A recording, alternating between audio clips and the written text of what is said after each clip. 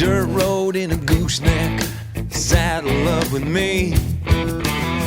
Dry land in God's country, crops far as I can see. The headlights on both ends of my day. This country life is for me.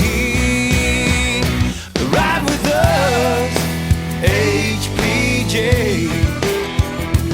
Ride with us, HPJ.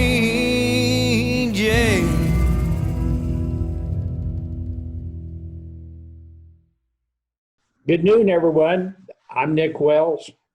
I'm a livestock marketing coordinator with High Plains Journal, and I'm going to be your moderator this afternoon on what I call round 2 of day 2 of High Plains Journal's virtual Cattle U. High Plains Journal has been a weekly fixture in your mailbox since 1949.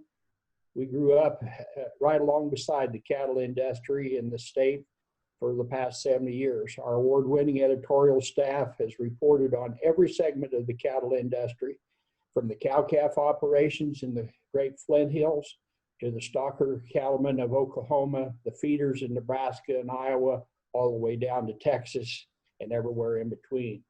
Last year was our first Cattle U in our attempt to bring education to all segments of the beef industry. And like you, we wish we could be conducting our Cattle U in person this year. But safety has to come first.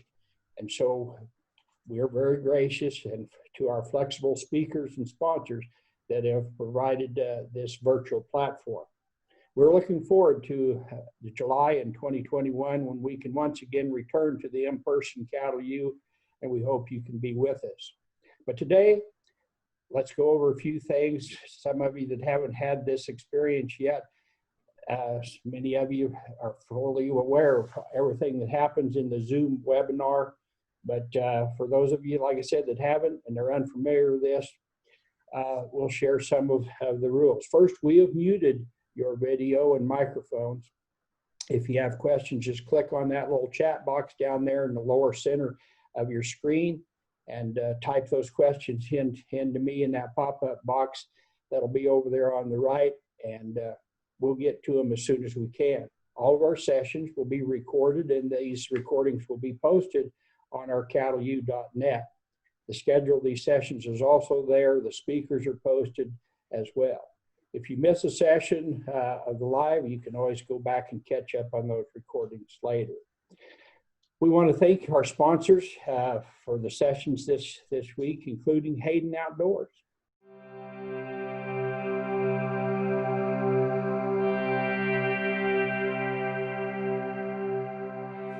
The Kucera Ashcraft Craig Ranch is 31,750 deeded acres and is a Lyman division of the T-Cross Ranch.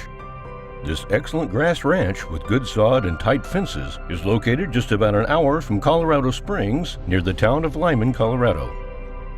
The ranch's convenient location in the center of Colorado offers easy access to markets and the best sale barns. Located just 30 minutes south of Interstate 70 and a little over an hour to Interstate 25, this vast ranch spreads through 2 parcels that are in Elbert and Lincoln counties. In addition, there is 7,729 acres of Colorado state lease land that is included in the sale.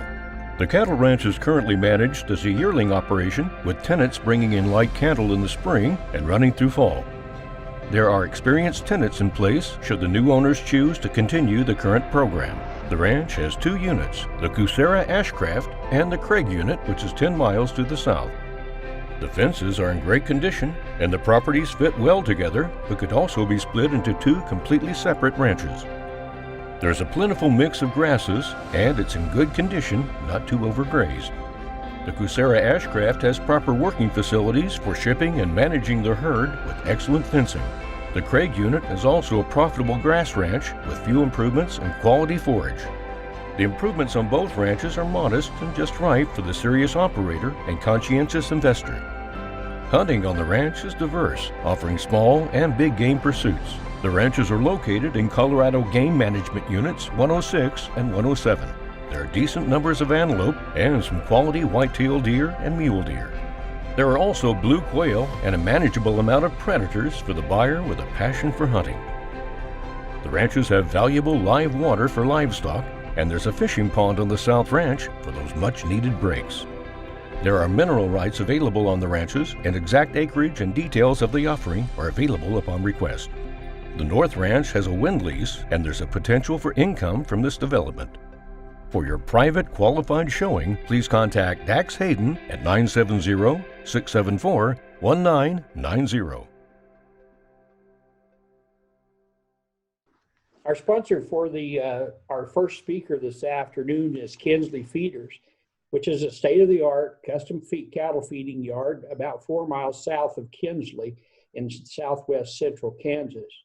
The local sandy loam soil provides the best of both worlds, providing great drainage for the feed yard and soil fertility needed to produce the feed sources for the 35,000 head capacity. Their main priority is to specifically maximize efficiency to each customer's design needs. They pride themselves on the high performance environment, partnership opportunity, and risk management and cattle and feed financing. Kinsley Feeders' newly refurbished feed mill is able to provide the very best in steam flake grains, consistently ground roughages, and batch mixed delivery, along with a large enough feed delivery system to keep ahead of the game. They take pride and they like to feed good cattle, and it shows. Kinsley Feeders ranks in the upper echelon of the rate of gain and cost, consistently striving to improve each feeder's bottom line. Call or come by and visit with Derek Martin. He would like to discuss how he could feed for you. Again, thanks to all of our sponsors. As I introduce our first speaker this afternoon, Dustin really doesn't need it to be entered, or it would be a reintroduction for Dustin.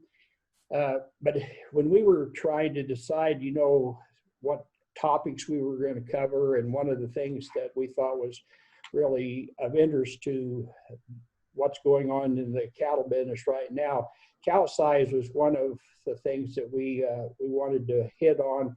And I just happened to know that Dustin had just finished his PhD, and one of his research projects dealt with the cow size. And so I thought, what a better time to have a young man cut his teeth right here on HPJ. I've known Dustin all of his life. In fact, his dad was on one of my judging teams, and it's ironic that Dustin was on one of Jeff's judging teams. So he's very familiar with both of us livestock reps here at HPJ. But Dustin, he got his degrees at Kansas State University, and during the course of his PhD, like I said, he did that in some cow size, but he traveled all over the country. And I thought one of the really unique things that he got to do was he got to go to Russia and work on an artificial insemination embryo transplant project that we co-opted with him. So I'm going to turn it back over to Dustin, and he's going to finish up with finish a couple of questions that he had about his talk this morning before he goes into his afternoon topic. Here's Dustin. Thanks, Nick. So just to follow up on a couple questions that I noticed in the chat box left over from the presentation this morning. One was in regards to efficiency related to different forage quality. And, I'll admit I'm not a ruminant nutritionist, but I would certainly expect that a higher density of energy in terms of forage quality would make animals more efficient on a per pound basis. From a per unit of energy basis, a lot of that efficiency is probably going to relate to how well we can match protein demands with energy supply. That's something that from time to time you get into lower quality forages. If you don't match the protein needs with energy availability, some of your efficiencies and productivity can be compromised.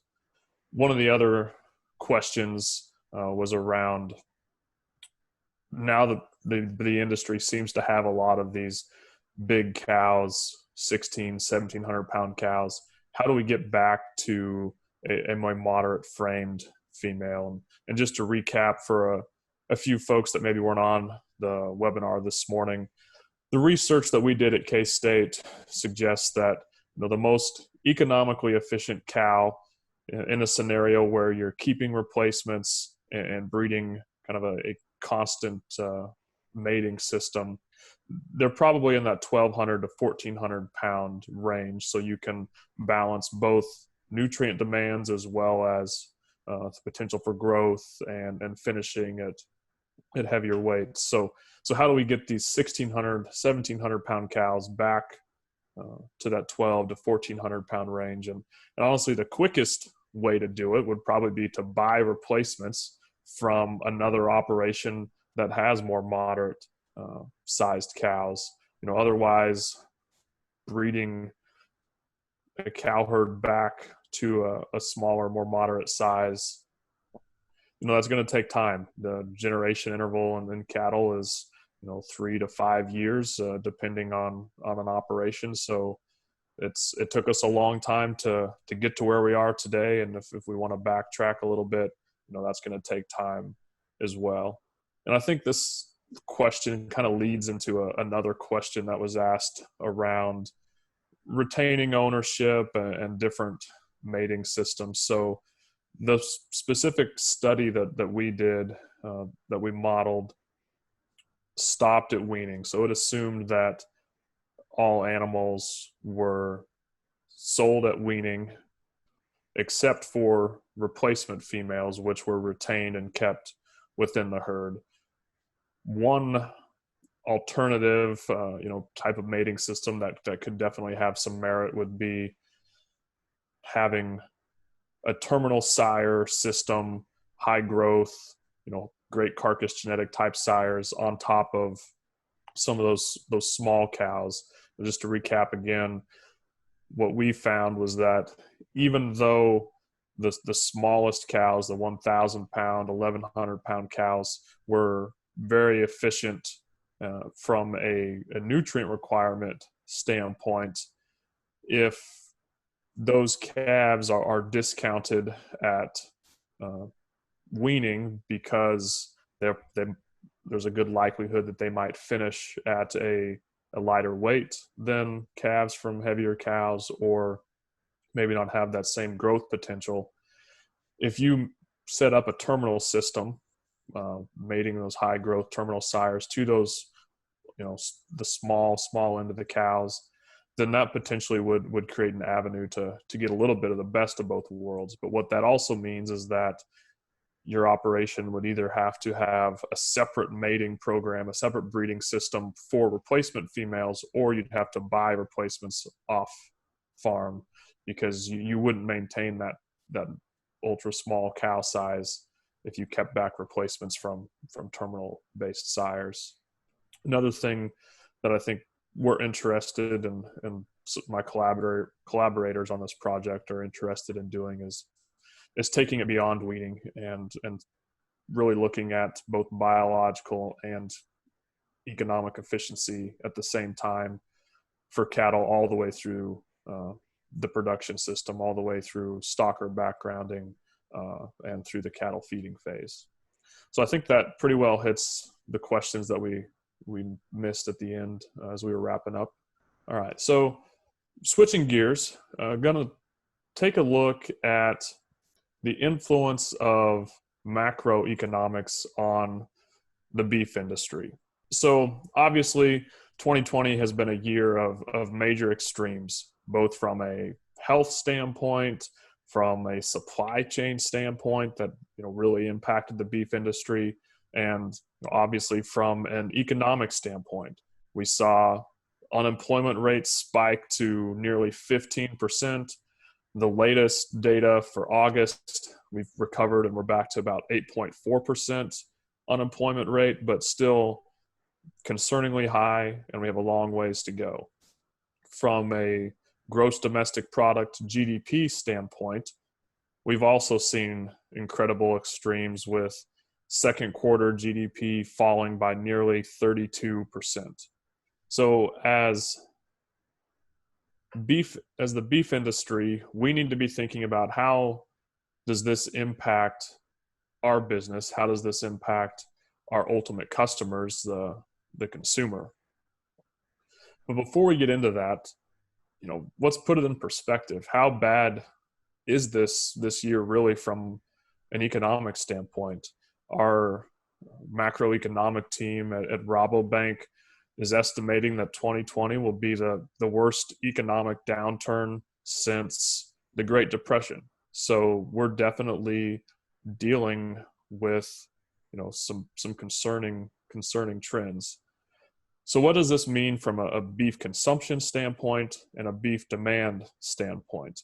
And notice how I talk about those two concepts differently. If there's one thing I want everyone to take away from this presentation, it's that beef consumption and beef demand are two different concepts. And we'll get into the details of what I mean by that as we go along. So what does this mean for beef consumption?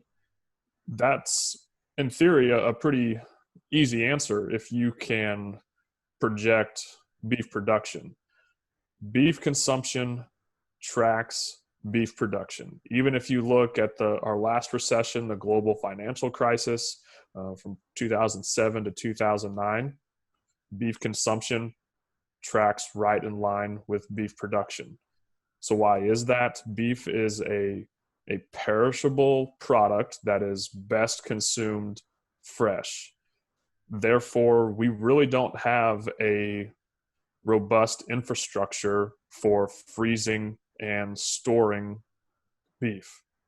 The beef that we do store and freeze oftentimes is involved in international trade. So it's exports or that are being prepared or stored prior to shipment, or it's recently imported product that's awaiting its final destination here in the US. So not a lot of storage. Whatever we produce, we will consume in some form or fashion. So that brings us to demand. If we're going to consume whatever we produce, the question really becomes at what price will we consume it? So I know this slide probably brings back Econ 101, and I hate to get too academic, but I think it's critical to understand kind of the general theme of supply and demand. So the blue line represents a beef supply curve. The gray lines represent beef demand curves. So demand is the relationship between quantity consumed and the price at which it's consumed. If we have an increase in demand, so we shift from the solid gray line to the gray line with the bigger dashes, D double prime, that'd be an increase in demand. What's really important to think about as well is that both beef demand and beef supply are inelastic. So that means that over the short run, supply is relatively fixed. Demand typically has a little more flexibility, but even it can be pretty fixed. So what that means is that any shift in demand is going to cause a large shift in price, as well as any shift in supply or quantity is going to cause a large shift in price. When commodities, when products are inelastic, price moves more than quantity. That's part of the reason why, in the spring, we saw such major shifts in cattle prices, because we were shifting quantities when we had the supply chain disruptions. So the concern with an economic recession is the D prime, a downward shift in demand. And if such a shift would occur, then the biggest question is how low, what does beef have to be discounted in order to move that product? And so that's what we would expect in normal times. A large shift in price, very little, if any, shift in quantity produced. And think about the way we produce cattle. The supply chain starts years before the cattle are actually, before beef is actually consumed. We have breeding decisions, then we have cattle on feed, and once they're in that system, you can't, it's tough to pump the brakes. There's a little flexibility in terms of grazing, more so than our peers on the pork and poultry side, but still a relatively fixed short-term supply. So in order to combat such concerns in terms of a downward shift in consumer demand, Congress and the Federal Reserve have really gone to unprecedented measures. So the US GDP is by and large made up of consumer spending. 70% of GDP for 2019 was directly derived from consumer spending. So if we want our economy to keep humming, we have to really try to support consumer demand and consumer spending. So what has Congress done? They've provided nearly $3 trillion in fiscal stimulus. So fiscal meaning government spending, and that's come everywhere from direct payments to additional unemployment benefits to assistance and leniency on mortgages and evictions to delaying payment for student loans. And of course the Paycheck Protection Program has gotten a lot of attention, and even tax filing day was delayed to July 15th. So right now, the big question is, will Congress come with a second round, or maybe even, I guess you could almost call it a third or fourth round, but another large round of fiscal stimulus? Most of these programs that you can see here on the slide expired at the end of July. And there's been a few Band-Aids put over in the month of August, but now that Congress is back in session, the big question is, are we going to see more stimulus? And probably another question that we need to be asking ourselves as a beef industry is, what happens if we don't get another economic relief package? The other side of stimulus, which is handled by the Federal Reserve, is monetary stimulus. So this has to do a lot, primarily with interest rates. So we've seen, since the onset of the pandemic, we've seen the Fed drop interest rates to almost zero. They're effectively, they hover in between 0 and 0.25%. And one of the goals of that is to really help inject liquidity and keep cash flowing through the economy. Liquid cash is essentially the grease that keeps the wheels of our economy rolling. And so that's something that's really key when trying to prevent the worst impacts of a recession. So how does the Fed do this? The primary way is by expanding their balance sheets.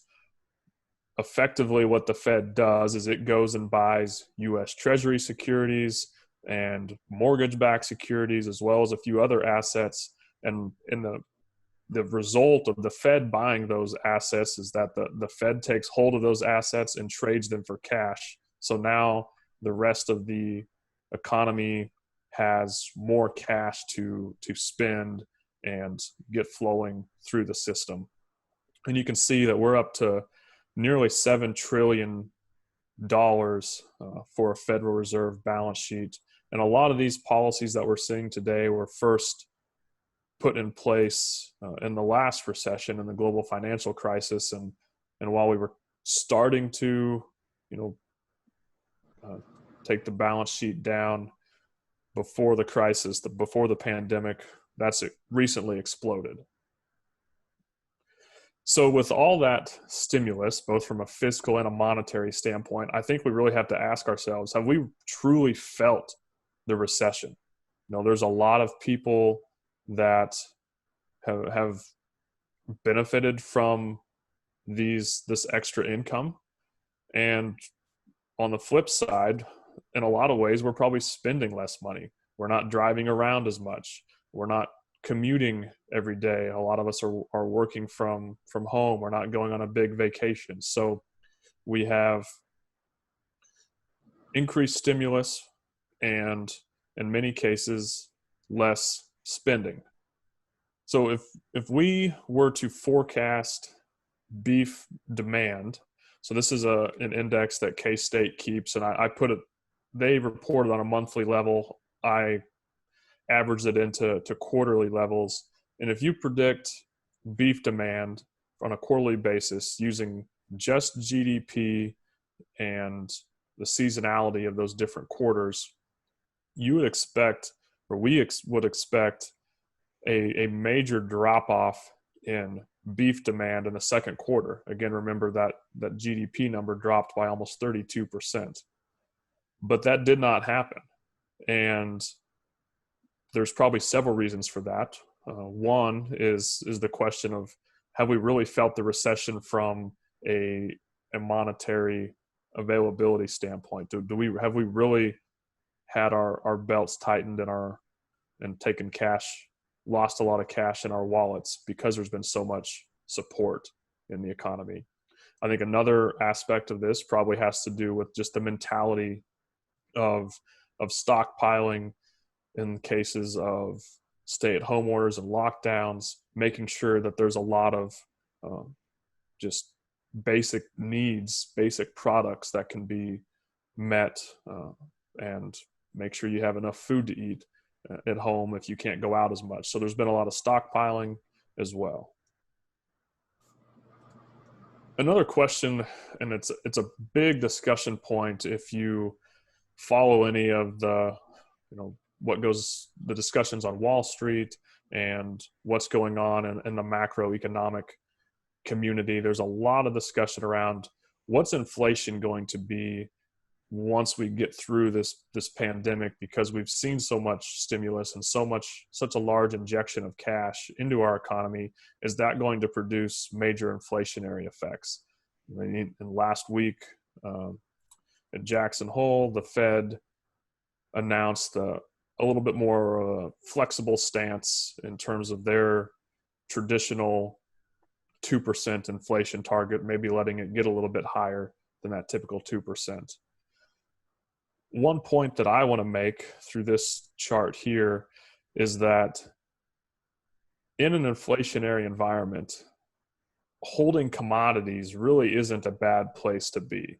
If you look over the last 20 some years, we've seen cattle prices, we've seen corn price really keep up with our aggregate inflation measures with the producer price index and the consumer price index, and land values have far exceeded those metrics. Of course, land isn't necessarily a liquid asset, so it doesn't always help from a spending standpoint, but in general, commodities aren't a bad place to be in the case of inflation.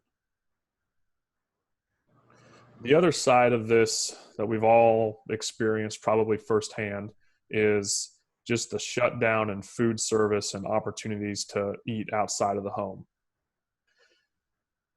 We're currently estimating that limited service, quick service restaurants are probably down somewhere in that 10 to 12% range compared to pre-pandemic, compared to 2019, while your full service restaurants are still down 20 to 30%.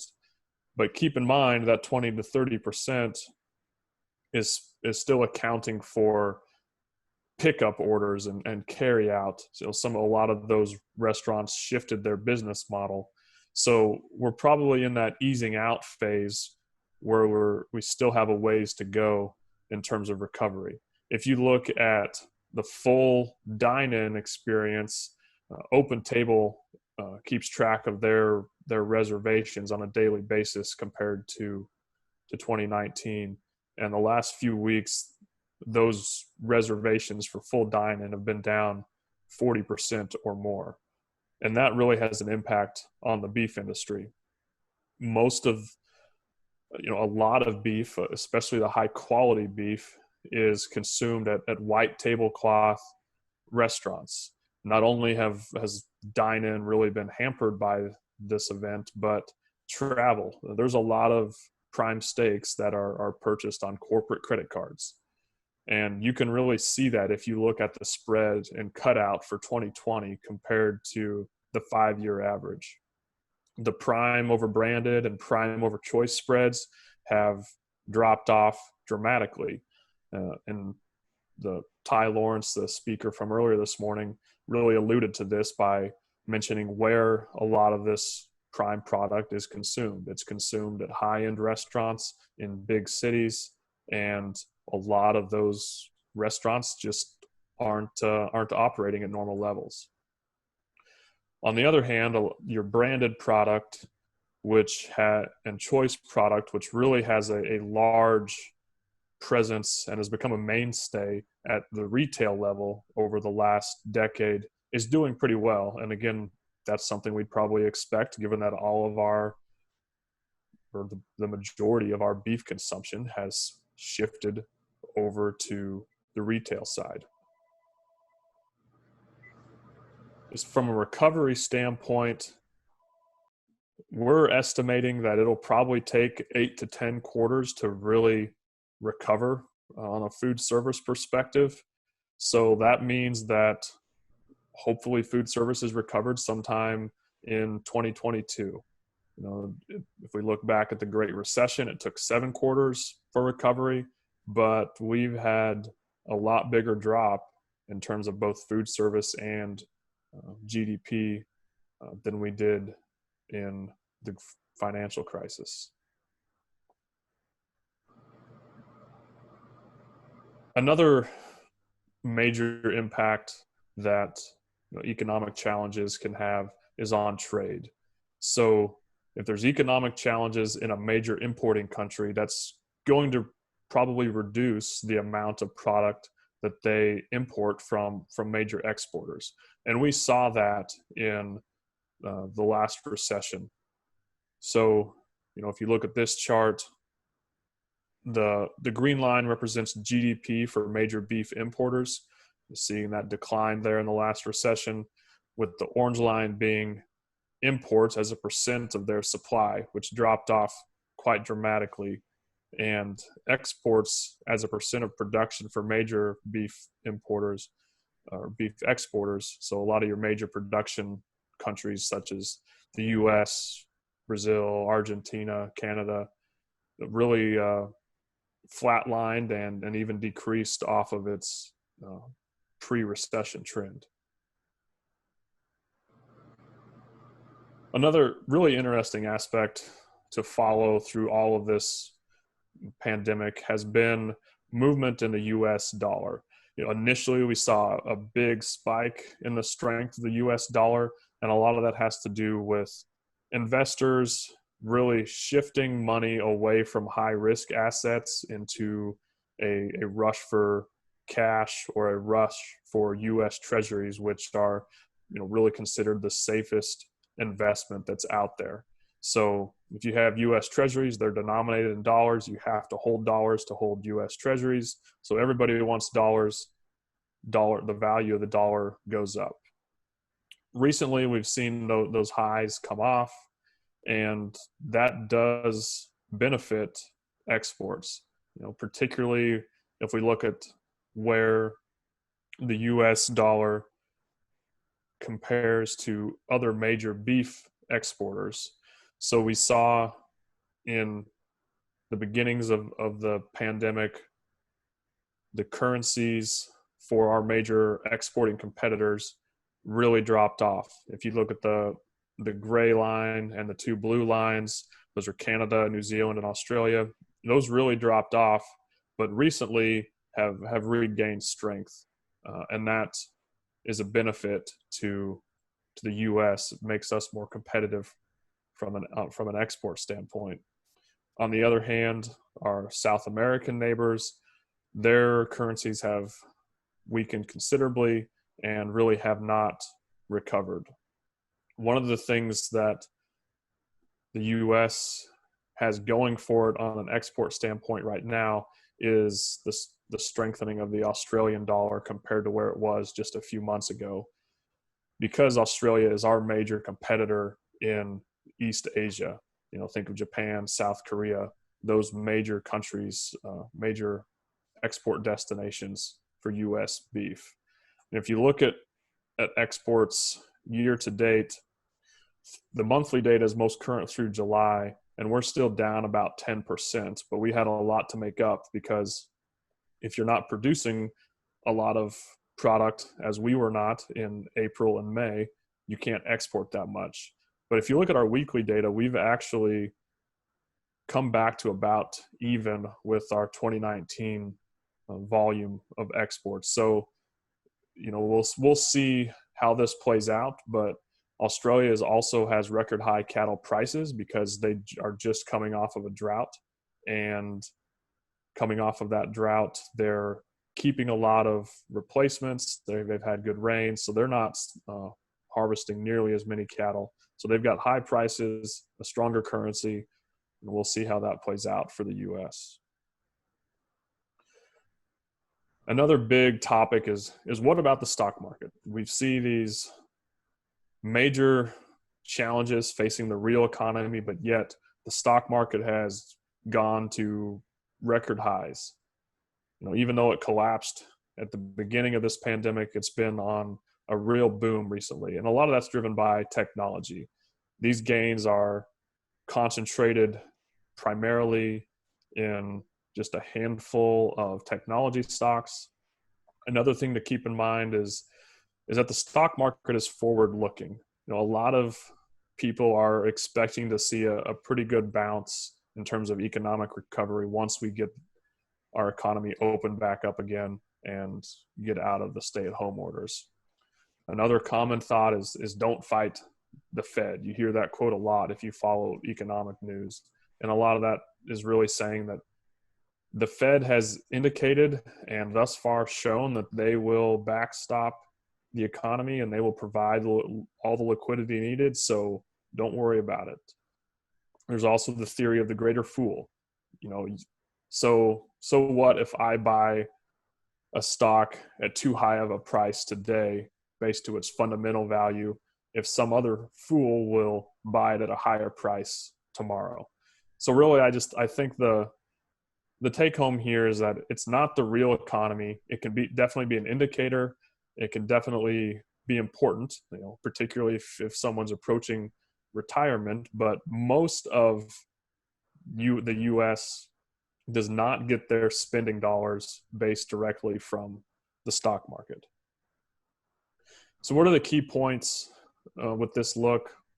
Again, beef consumption and beef demand are not the same thing. Beef demand is the relationship of quantity consumed and the price at which it's consumed, while beef consumption is purely the quantity consumed, and that's going to track production. I think some big questions we need to have moving forward is will fiscal and monetary policies continue to support beef demand, and will just the general nature of the consumer to stockpile more meat at home, will that continue to be a support? How soon is food service going to recover? With beef being a high value protein that's largely consumed away from home. In fact, pre-pandemic, 55 to 60% of beef was consumed away from home. So food service is really important to us. And then just as we talked about, the export markets, what's the strength of the dollar, particularly relative to Australia and its export prices gonna mean? Can Japan and South Korea maintain enough recovery to keep taking a lot of U.S. product? And we've seen some gains in market access in both Japan and China. I think something we need to keep in mind when it comes to China, while we have seen some growth in that market, prior to 2020, they were a very, very small player in beef exports. And if you think about the timeline, it wasn't until mid-March that China really had all the T's crossed and the I's dotted, all the exporters approved, tariff waivers in place with the U.S. So they really didn't have a chance to take a lot of U.S. product until mid-March. And then in April and May, we go down into a really tough production scenario. So they haven't had a lot of chance yet to really build up that market. And then when it comes to inflation, it can be a challenge for everybody. I think the jury's definitely still out on whether or not it's going to occur. Most economists think it'll be, not much more than that 2% level, if at all, because we've really struggled to hit 2% inflation over the last decade or two. But in the event inflation does occur, it's not necessarily a bad thing to be in a commodity business. So with that, I will wrap it up and take any questions.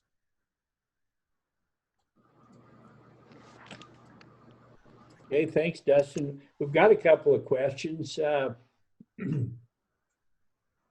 Considering what we learned from Danette Amstein yesterday at noon and the future millennial demand of our beef products, what do we know about how millennials are surviving this recession?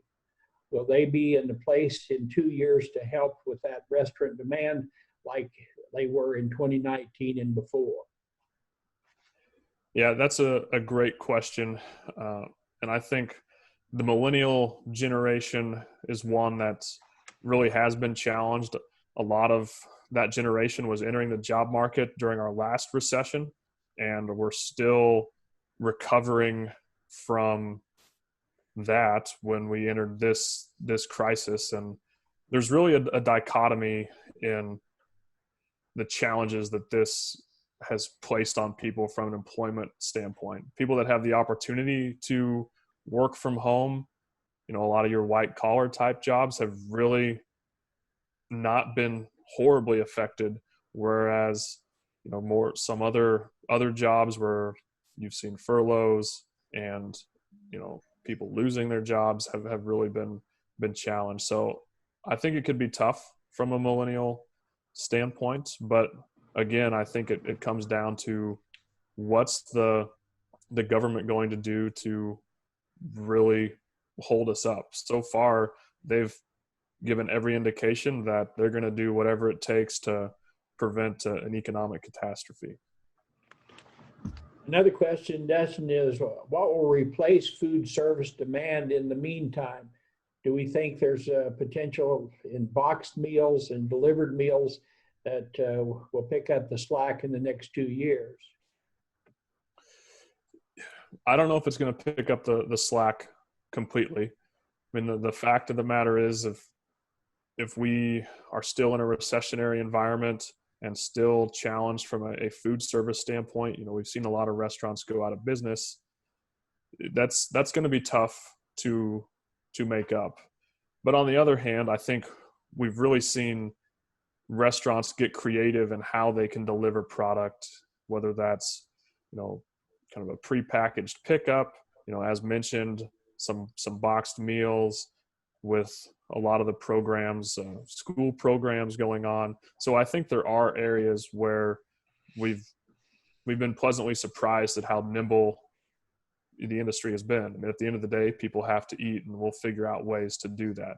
I still think, the high-end dining, that is a place where we might be weak for a couple of years. It's also a little hard for us out here in the High Plains area to maybe understand some of these other concepts that we see in the bigger cities. I haven't, been on the East Coast or West Coast in several years. So when they start talking about all the restaurants that have gone out of business, I mean, that was one of the things that I enjoyed about going to the city, was to seeing the wholesome beef products that we produced here, to see the way that they prepared and cooked them and the prices that they got for them. That was probably the most amazing thing I'd ever seen in New York City. So, yeah. Anybody else have any other questions? Oh, we do have one. What about the American debt, such as credit cards and student loans? How does this help or hinder the beef demand, especially for those who have lost jobs in this crisis? Well, again, I wish I could paint a rosier picture, but all else equal, it does not help. But if you look back to the programs that are in place, federal student loans, there's no payment is required on them at this time. And I think in some situations, we've even seen some consolidation and paying down of credit card debt. And again, and that comes down to the ability to spend. In some places, we've lost that ability to spend. But, by and large, if we have a lot of people unemployed, that's not going to help from a debt perspective, and that's going to be a challenge moving forward. Again, it's I don't want to be too negative on this outlook, because I think we really have seen some resiliency in consumers and their that number I showed with Q2 beef demand. It's really been incredibly strong. So I think beef's enough of a staple product that the bottom's not going to fall out of the market, barring any more major supply chain disruptions. But it may not be quite as high as it would have been in a no pandemic scenario. Any other questions for Dustin? This was a great presentation, Dustin. I appreciate you presenting it at the 2020 Cal U, and I thank you for being a part of it. You did a great job. It was my pleasure. Thank you. Well, we'll take a minute here and say thanks to a couple of our sponsors, and we'll hear from them.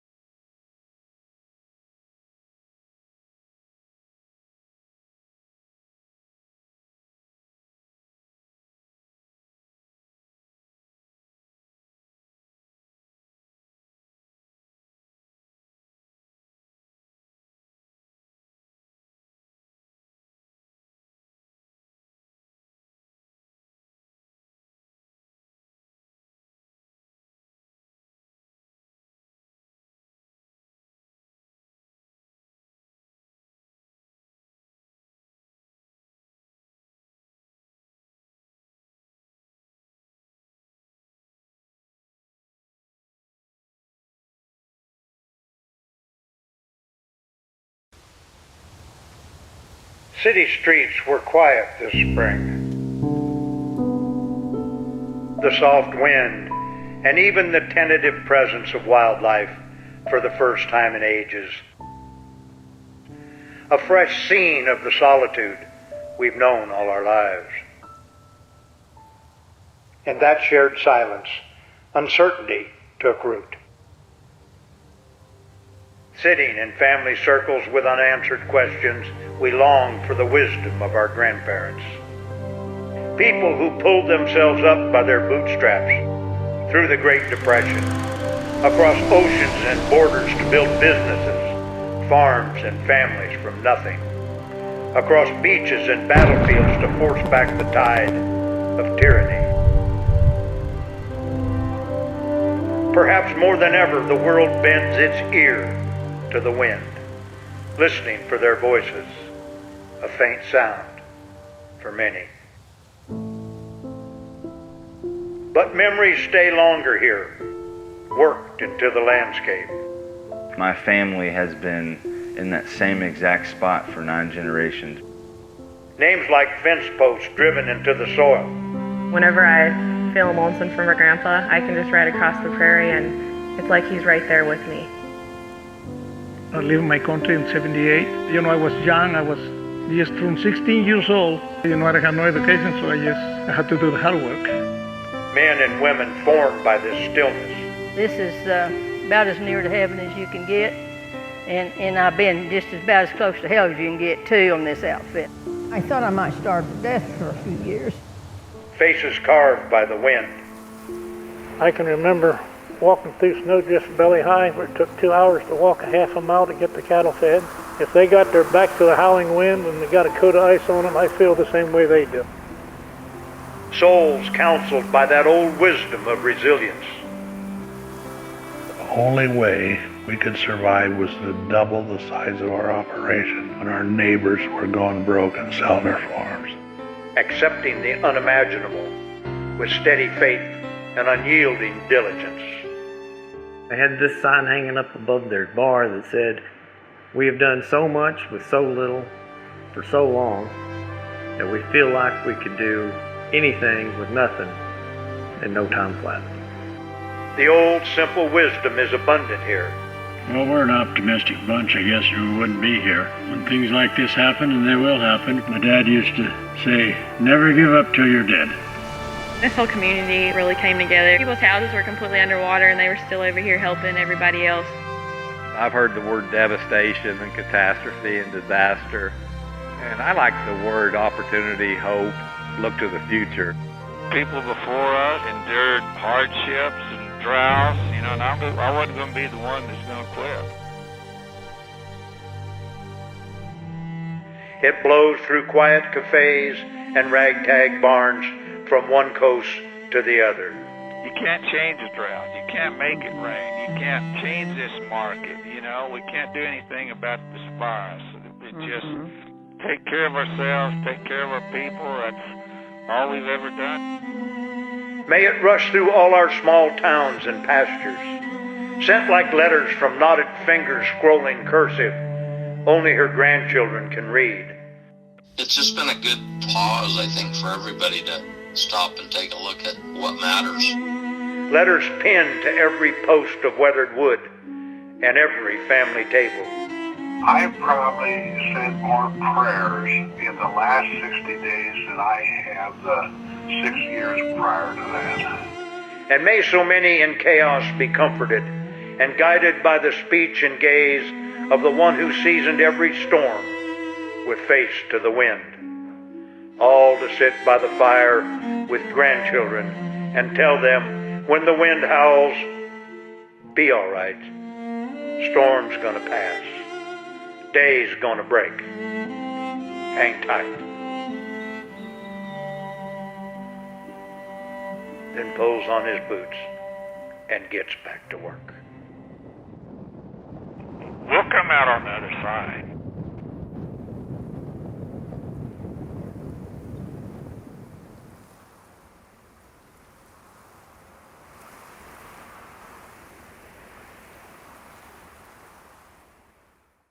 What a great message from the American Angus Association. We want to thank them and all of our sponsors for the virtual Cattle U. You'll be hearing many more of those throughout the sessions through this week. You can also read about their products and services in the digital program that will be emailed to all of you that have registered. Now let's bring to your screen Dr. Tera Rooney Barnhardt, and she's going to talk about protecting our social license to operate. Dr. Barnhardt grew up in Satana, Kansas, which is just west of Dodge City, on a farming and ranching operation. She earned her bachelor's degree in animal science at Kansas State University, concurrently working on a master's with the Beef Institute. And while she was doing that, she was also completing her degree or during their doctoral in veterinary medicine at Kansas State. She currently resides and practices in Southwest Kansas at Johnson, and is a beef quality assurance trainer for the Kansas Beef Council. She and her husband own and operate Barnhardt Construction, and they have two, and they have their hearts and hands full with two young children, Archie and Jolie. So I turn the screen over to Dr. Tera Barnhardt. Thank you so much for the introduction. I really appreciate everything that the High Plains Journal has done to put this program together. For those of you that were planning on coming to the in-person gathering in Dodge City, I initially agreed because it's really not far from home, but then I realized I just didn't move very far from home in general. And so I'm Southwest Kansas girl by heart, and I practice here in Southwest Kansas during my career, and I really thoroughly enjoy it. Right after veterinary school, I did a stint in mixed animal practice in Johnson. That's what brought us to this town and community. Shortly after realizing that I wasn't going to be a mixed animal practitioner and I wanted to follow my dream to work significant amount of my time with cattle only, I took a job with Cattle Empire as one of their on-staff veterinarians. And that is where I really developed a passion for training other people and working with other people in the feed yard business, specifically with Cattle Empire. And now that I'm on my own and work with my own clients, I'm working with dairy producers, dairy on beef feeders, feedlots, and other producers in the Southwest Kansas area. And we just really work to elevate their operations and so that we can protect our social license to operate in the beef industry. And I'll talk a little bit about what I mean by protecting that social license. To give you an idea of where we're going to go today, I'm going to talk about why we're here. Originally, when I was slated to speak, we would have gotten a beef quality assurance program certification for everyone in the room or attending the talk that I was giving.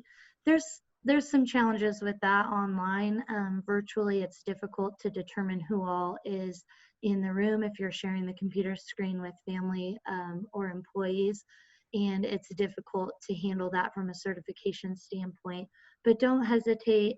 You'll get a lot of the BQA program initiatives through this talk, and don't hesitate to reach out to me or someone in your area with the Beef Council or the BQA program, and we can go ahead and get your operation certified. Because as it was mentioned yesterday, Brian Bertelson talked about some of the premiums that you can earn on the cattle that you're selling due to having this certification, safe animal handling, different things like that can bring some profit dollars to your pocket, which we know at the end of the day is the most important thing. So back to the topics I'm going to cover today. I'm going to go over our social license to operate, what that means, and why I'm so passionate about bringing that up when I train people at feed yards and different operations. And then I'll go over a little bit of cattle handling that I typically work with the employees with their boots on the grounds, the ones that we are going to train to be good animal caretakers.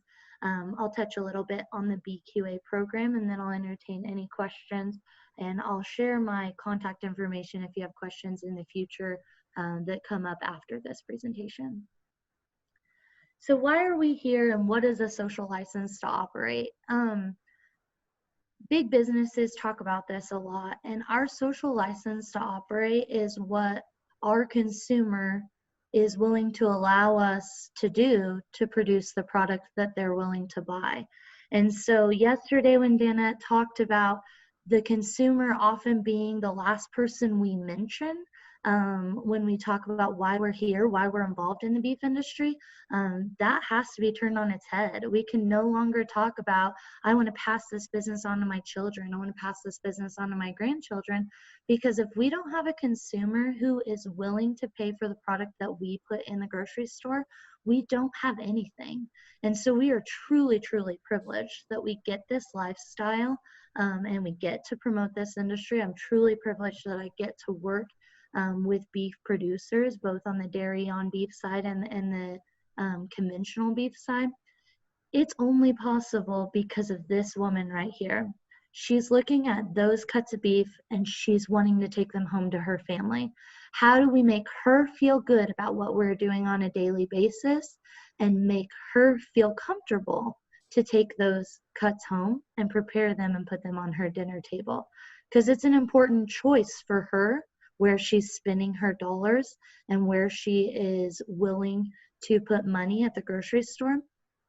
We talked about yesterday that COVID-19 has brought some challenges.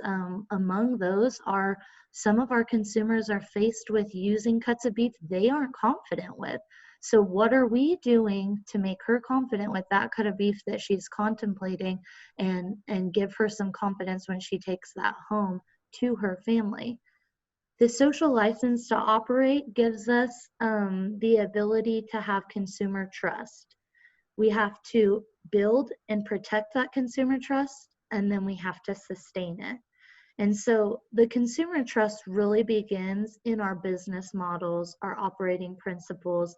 The beef industry is so lucky when you look at vertical integration of our friends and colleagues in the swine and poultry industries.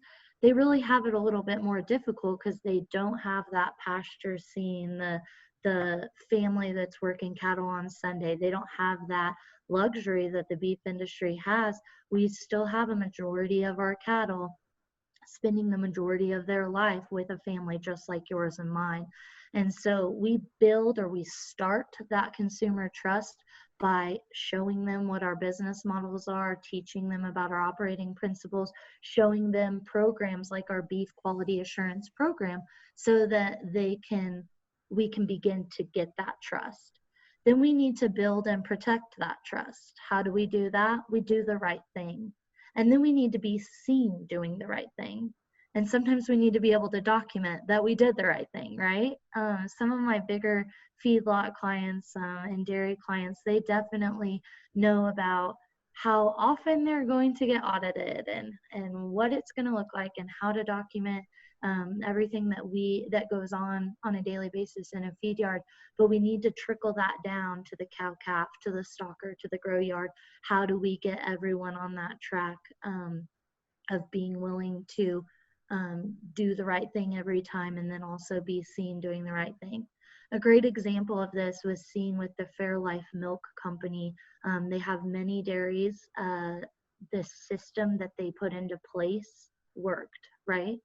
They caught the perpetrators that were abusing animals on their dairies. They fired them. They were no longer working for them. The system worked. However, the video still got out into media, and it still caused a stain on the dairy industry.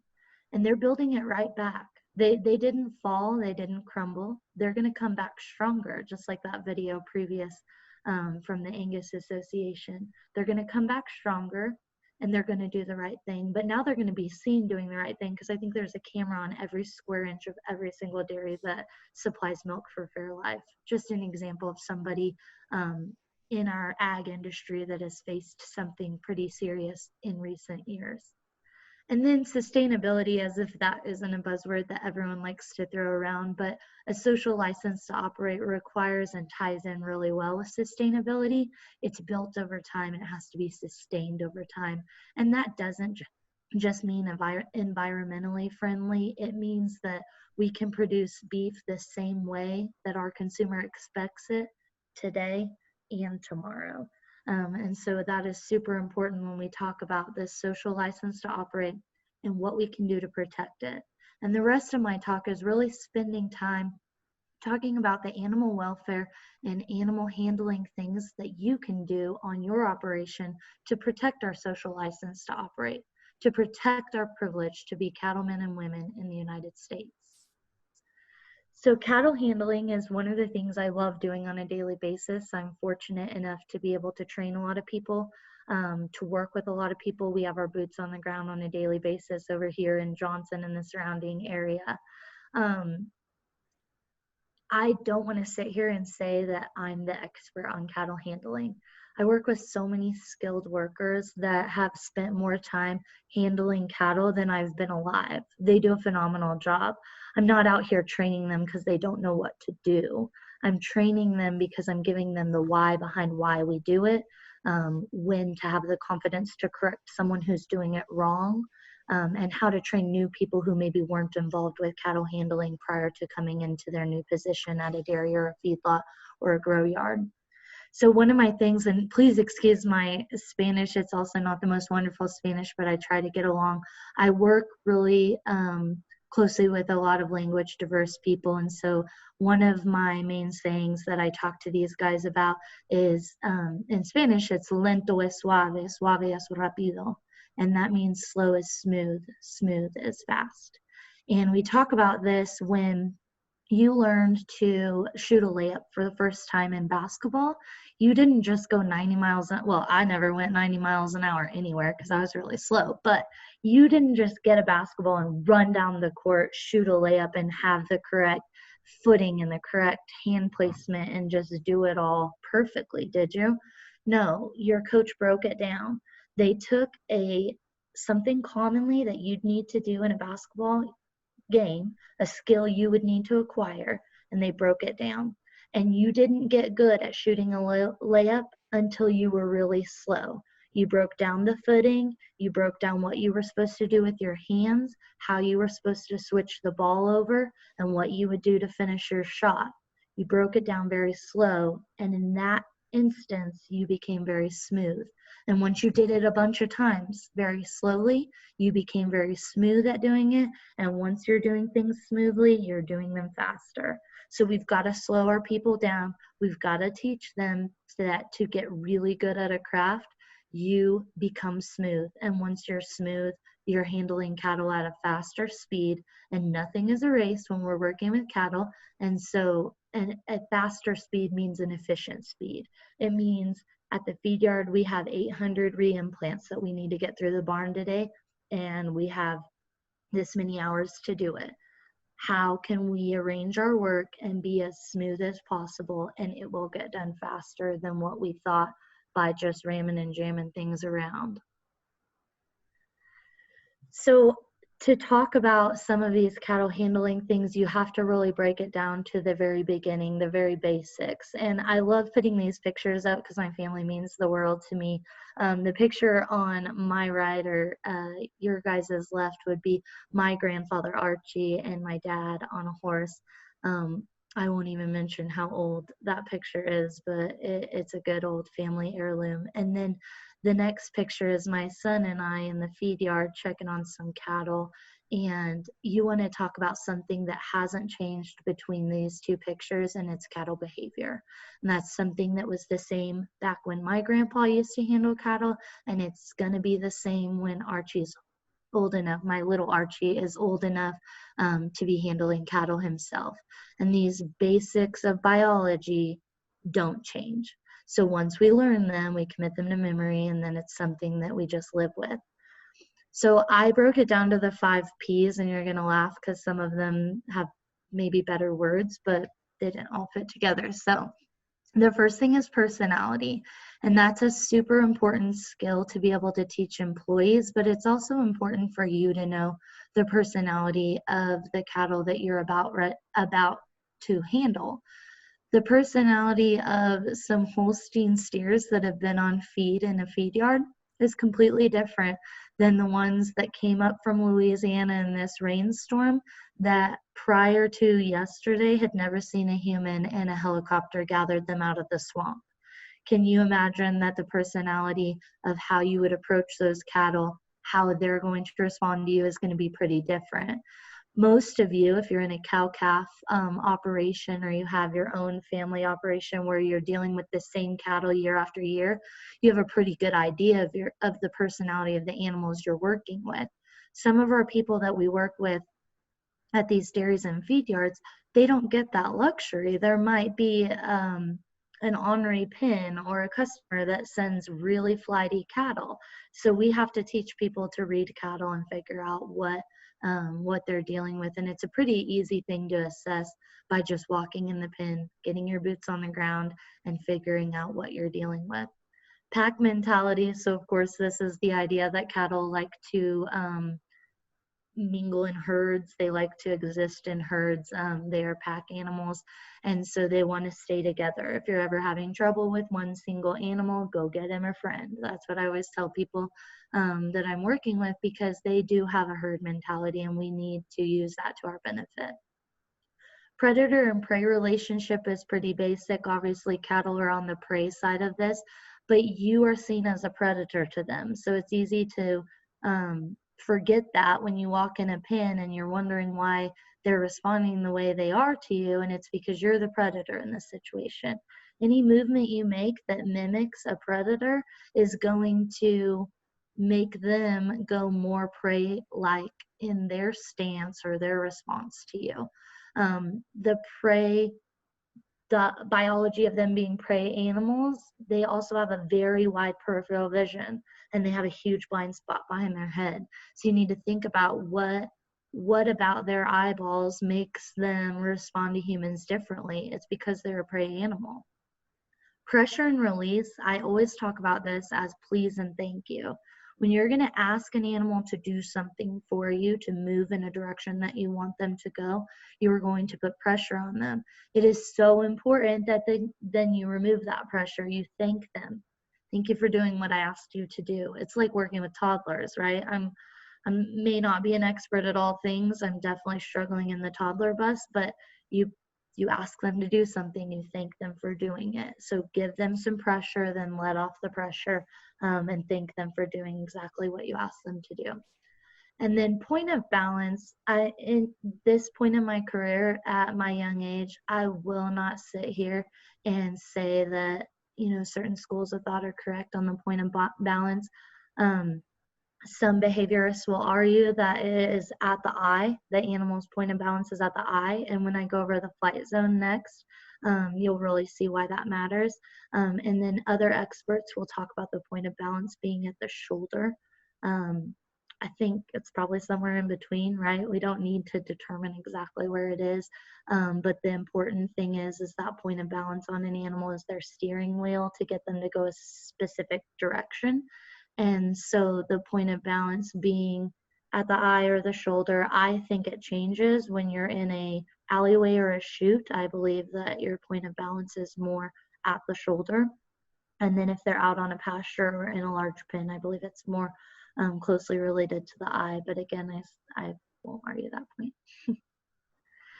So and my slides all have Spanish because I work with a very English language diverse group of people, and so I always want to have that touch in there. But if this is helpful for your operation, I hope it is.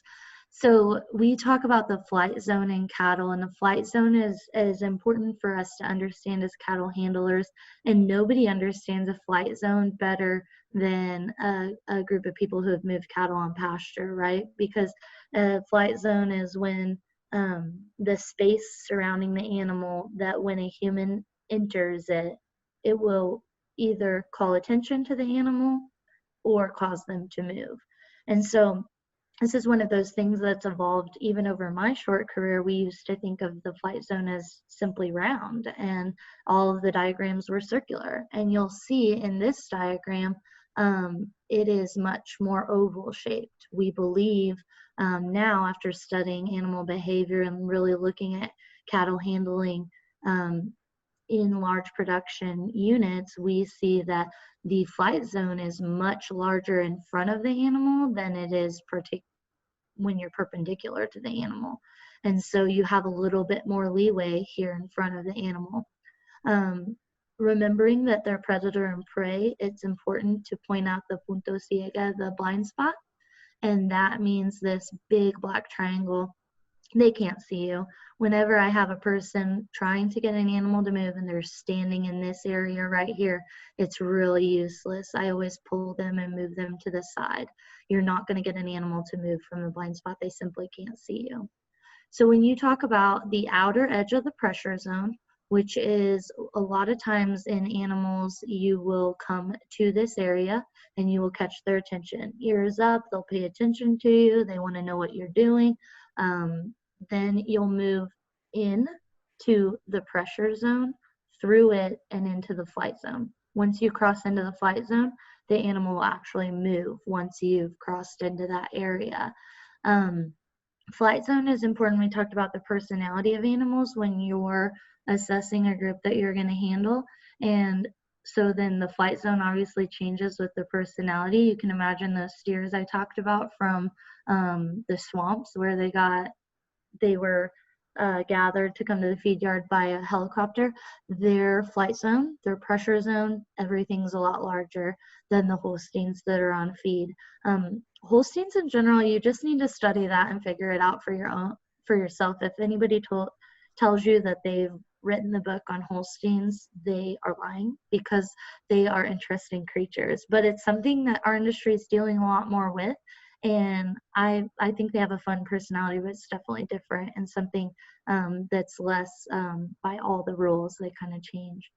So this idea of when you come into the flight zone of the animal, you can get them to move in different directions based on where you enter their flight zone. And it's something you really need to study. If you're coming at them from this direction in their flight zone and you step back into the pressure zone, a lot of times you'll get them to stop. If you come at them at this direction and you're in the flight zone, a lot of times they'll move forward. So you work on that point of balance to get them to move forward or backwards. And I'll show you on the next slide, I believe. Nope, sorry.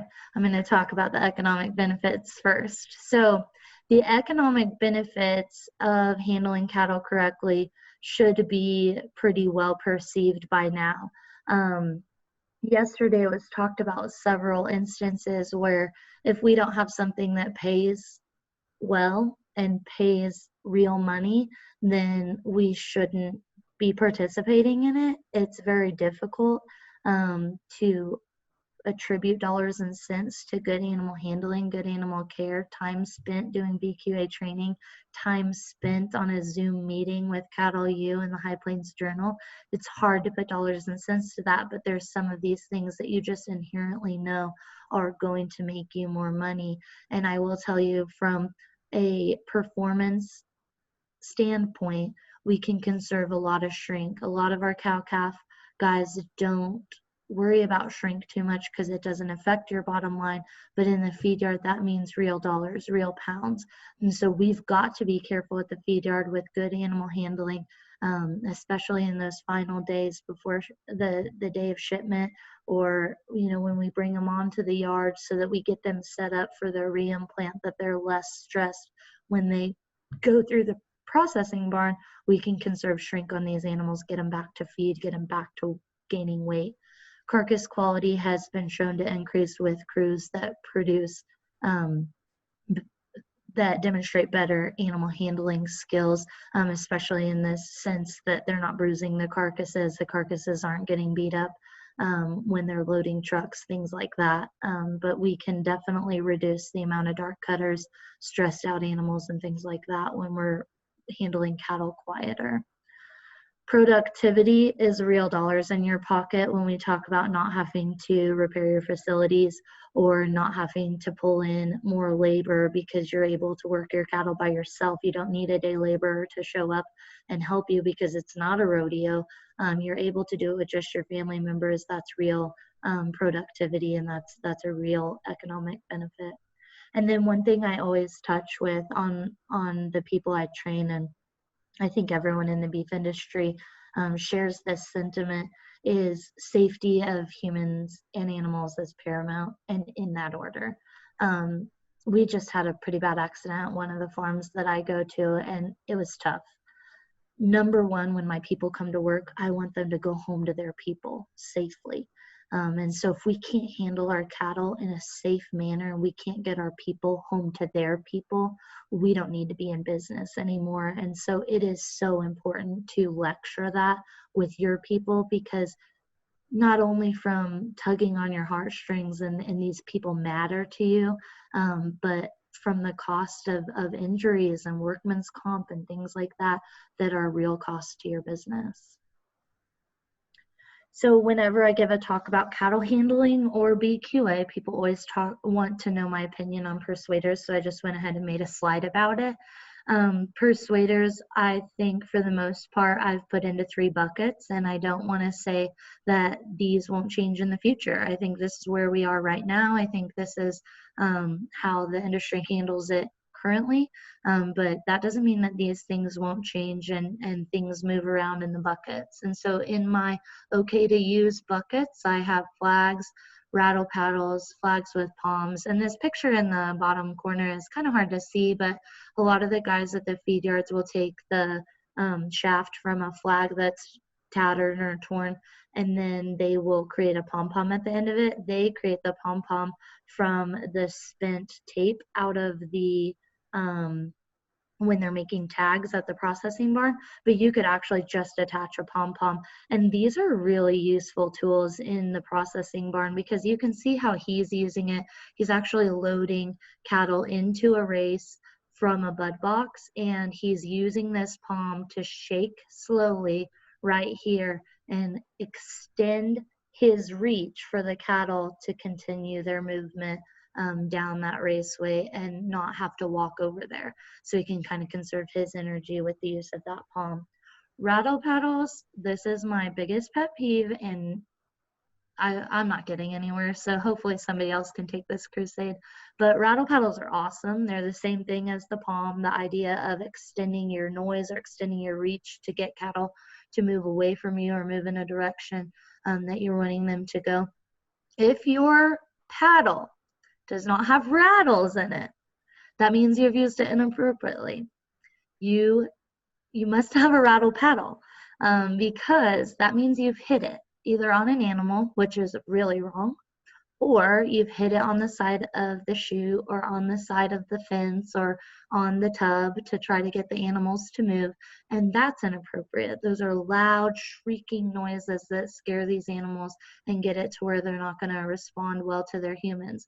So remember that when you walk into a processing barn or you walk in to work cattle with your family, if your rattle paddles are missing all their rattles, and it's not because the kids have been hitting each other, definitely have a talk and get rid of them, because that means they're using them inappropriately. We discourage the use of electric prods and whips in all of the facilities that I go to. I have seen whips used appropriately on cow-calf ranches, more for a noise effect. One of the guys I work with use it.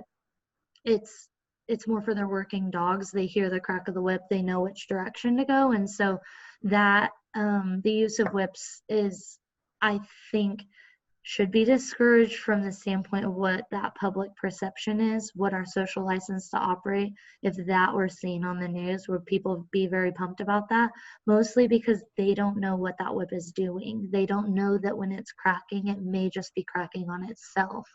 And then electric prods, we really need to decrease the amount of use that we have them. They are important tools. I do not want to see them taken away, because there are so many times that you absolutely do need a prod just to encourage animals to move forward, but there's so many times that they're used inappropriately, and that's where we're going to get in trouble. And so if we can just self-regulate as an industry, we'll do a lot better for ourselves. Not allowed, obviously, striking the animals with any of these. So just because I've said, hey, this is a good persuader to use, doesn't mean that you can strike the animals with them. And then obviously sensitive areas should not be the eyeballs, vulva, anus, those kind of areas we've got to leave alone. Ears, I really don't like to see electric prods stuck in the ears. It just doesn't look good to the public, and I don't think we should tolerate it. And I don't think it's very nice to the animal. So this was the slide I was talking about earlier. When we're talking about the point of balance in animals, I think it actually changes quite a bit when they are in a raceway up to a chute. And so let's think of these cattle as walking towards the chute. Their point of balance is probably at their shoulder, mostly because most of the time they can't see very well. Their vision is constricted while they're in this smaller gathering. This is a huge point to show people, and it's one of the biggest mistakes I see in processing barns when I'm working with people, is if, say, the second animal doesn't want to move, say the first animal doesn't want to move, they'll often come to the second animal and twist his tail and push him along, and I don't ever understand that, because why are they pushing on this animal because this one won't move? If the first one will not enter, you must walk up to the front of that animal and then walk in a direction that's opposite of the direction you want them to move. So you're walking towards the back of the race while you're trying to get the animals to move towards the front of the race. Most of the time they will all move there if you just stay put and let them move. Now, say that animal gets scared of something, or the person operating the chute shuts the back gate. Then that animal's confused. We asked it to go through the gate, and then we shut it, and then we opened it, and there was a lot of noise, and they just didn't know what to do. you have to return to the front of the race outside of the flight zone. So get on out of here, away from the race, and in this triangular fashion, come back to the front of the animal and then walk in this path in the opposite direction that you want them to move.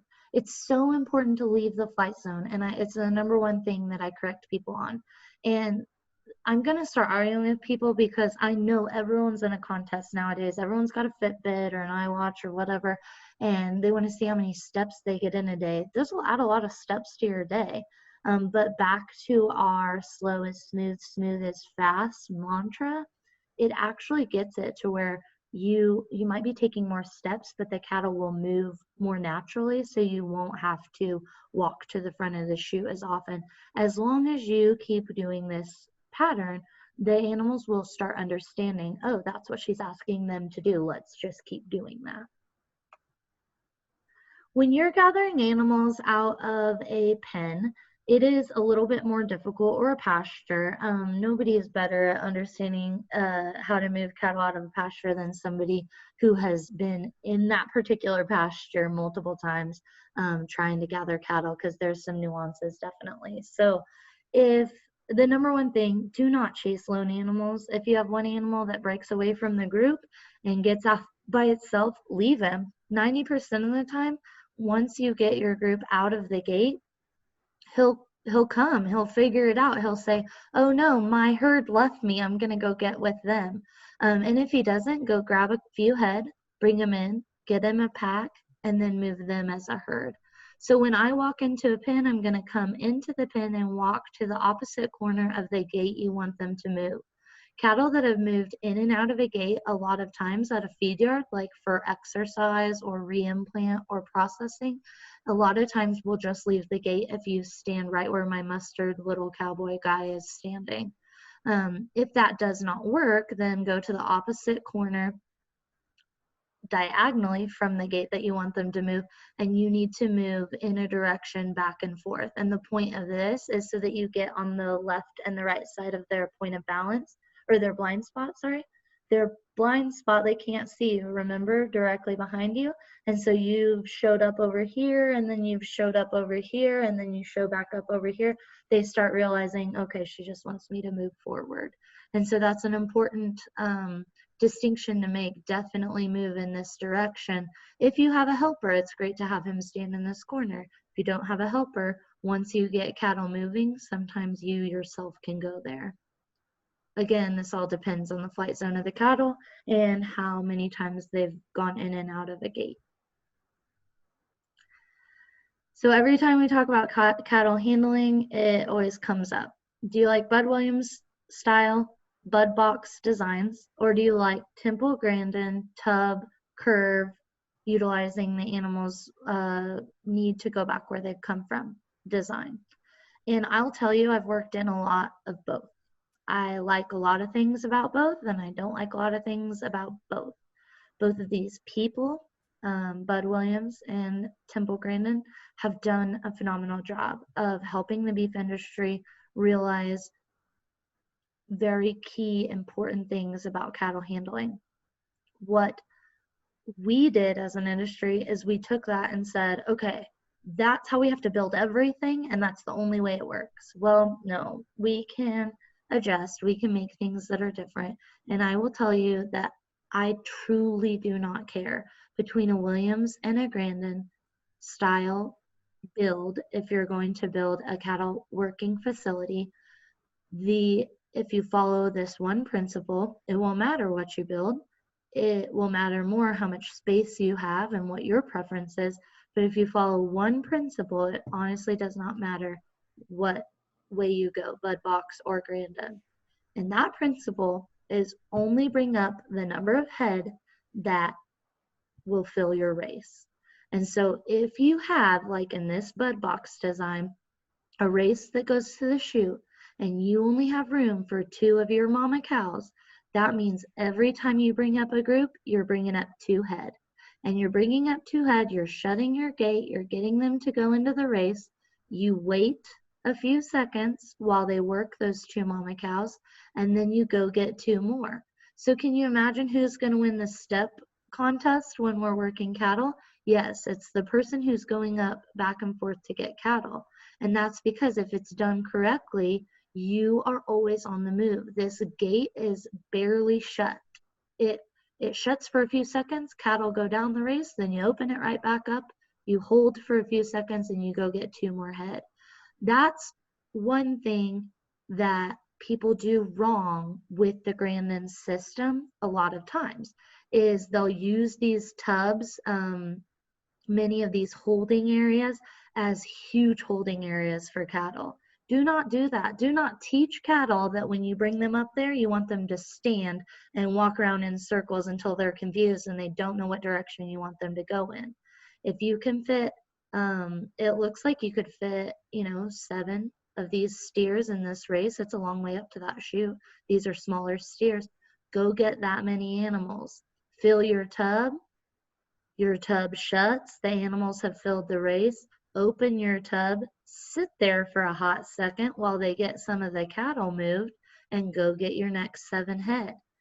Don't ever write on a whiteboard in the processing barn that only bring 10 head up or only bring 2 head up. It really depends on what cattle you're working. If you're working your calves, you can fit a few more. If you're working your mama cows, you can fit less. If you're working your bulls, you can fit even less. So the design of your system is not as important as the length of the race that you put on it, and that alleyway up to your chute. That is the most important element of your design. Do you want cattle sitting there very long? I don't. It's hot. We're gonna stress them out, shrink them. We don't need cattle standing in that race very long. If we're working mama cows in the fall, we want them to get back with their babies. So why would we have that race very long? We don't need that as a holding pen either. So if you have a short race, just know you can only bring up the number of head that will fill your race. If you do that, you can make any system work, I promise. Cattle handling during transportation is something that has garnered more attention from the BQA people and program. Recently, the packers in our area in Southwest Kansas came down with a ruling that no trucker would be allowed to unload cattle unless they were BQA transportation certified. So that's something that I've been spending quite a bit of time getting truckers certified. That's important knowledge. If you have not come to a packer in a long time, you haul cattle from your grow yard once or twice a year, definitely know that whoever you hire, or if you're doing it yourself, that you must be BQA transportation certified in order to unload. They have turned down people with potloads of fat cattle, so they're taking this very seriously, and we need to meet them halfway and take it just as seriously. Cattle handling during transportation, and especially loading prior to transportation, is our most unnatural thing. We're asking cattle to go up or down. We're asking them to go into an area that has a lot of shadows, a lot of lights, a lot of problems, a lot of noise, something new, different smells, those types of things. So it's very unnatural. We need to have a lot of grace with our people when we're training them how to do that. Most facility issues that I find are at the loading and unloading chute. It's funny because at the feed yard, they use the unloading and loading chute like every single day. And yet this is where we see the most facility issues, because it's usually a time where whoever's unloading the cattle has a task to go do right after that. They unload the cattle, they count them, they approve them, they sign some paperwork, and then they get them on feed, water, they move them to their home pen. And so it's super important to check these facilities right before you're going to use them.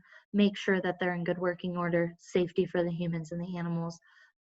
We don't need to have issues with fat cattle on a loading chute right before we're trying to get them to slaughter. And then this is where I see the most improper use of prods. Understandably, it's the most unnatural use of getting cattle to respond to our behavior. And so I do see a lot of prod use, and I try to discourage it as much as possible. Cattle handling is something that every one of us involved during the transportation process, every one of us involved in the beef industry can take seriously, because even those of us growing up in Southwest Kansas, there's a lot of you there's a lot of people on the road, not necessarily us on this Zoom meeting, but a lot of people on the road that they've grown up in Garden City, they've grown up in Dodge City. We literally slaughter 25% of the United States cattle, and their only interaction with cattle at all is the pot that's going down 83, or the pot that's headed down Wyatt Boulevard, or different places like that. And so when we have an accident like this that's depicted in this picture, when we have a disaster like this with fat cattle, or even, you know, cow-calf pairs that we're trying to move pastures, we can stop. We may not be the ones who help cut the trailer apart and get the cattle out, because we're just not equipped a lot of times to help if you're on your way to work or you're on your way somewhere. But maybe you can help the cops understand that we keep spectators in their vehicles, that we keep people parked 10 miles away from the accident instead of the whatever is legally required, that we keep people from seeing something that might lose their trust in the beef industry, because many of these accidents, as a lot of you know, do require euthanasia, do require some pretty hard to stomach images. And so if we can keep our consumer shielded from that, that is our responsibility when we're on the road, if we've ever seen one of these accidents or driven up on it. The Beef Quality Assurance Program is something that I'm super passionate about, mostly because I started at a really young age in my 4-H career with my old extension agent was so passionate about getting all of us beef quality assurance certified. At that time, it was pork quality assurance because the BQA program hadn't really taken off yet. When we talk about a program that has spanned decades and done so much for an industry, it is one that I just, my hat's off to the people who have developed it and the people who have worked hard for it. My master's degree was working on a beef quality assurance assessment and on-farm assessment in 56 Kansas feed yards, in which we found that a majority of the feed yards were doing a great job. We just had to work on record keeping. We had to work on, we're doing what we say we're doing every day. So these on-farm assessments, if you're interested in getting your farm assessed, check with your BQA office or your local veterinarian that you already work with. If there's someone who's not comfortable with it, if they're in a mixed animal practice and it's not really their forte, give me a call. I love doing these on-farm assessments. They give us a lot of benchmarks to work through. It's not a, we're going to come every month and do this. Sometimes I come once or twice a year. These assessments are super important if you're going to participate in any of our packing plant driven programs that help you market your meat for more profit. In-person trainings are usually a more dynamic option. I think people really enjoy them. I do a lot of them as well. I enjoy delivering them. They can be bilingual, which is very helpful, so that we can have a good idea that our employees understand what we're saying and they take to heart what we've delivered to them.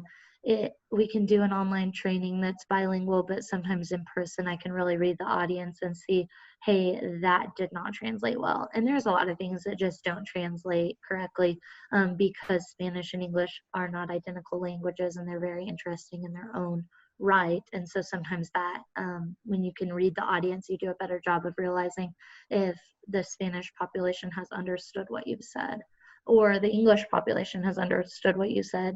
Sometimes you can talk above people's level or below people's level and you can read the audience. Sometimes on these online Zoom meetings, it makes a little bit more difficult to even understand what your audience will take away from what your goals for the presentation were. Of course, the Beef Quality Assurance also has their online courses. You can certify yourself, you can certify your people. Most of the time it's free. I think it's a very sponsored thing. It's easy to do. In the age of technology, in this age of technology, nobody should have a good excuse because we're all Zoom experts by now. So you can definitely get through the BQA online if that's something that suits your taste or your operation. So some of the key practices of the BQA program, we talked a lot about animal handling. We talked a lot about our consumers and why it's important to do the right thing for them.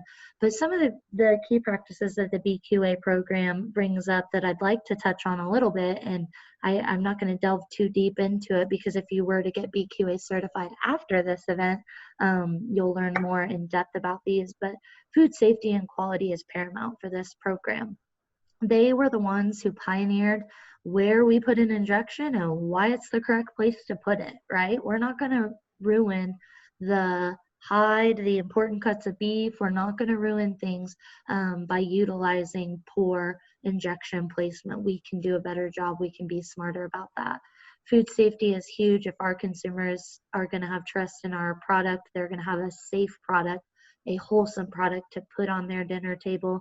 A big part of that is working with your veterinarian to determine, after a prescribed treatment is given, how long should you hold that animal before it's eligible for slaughter, or eligible for railing, or eligible for different marketing avenues. The animal health and welfare side of it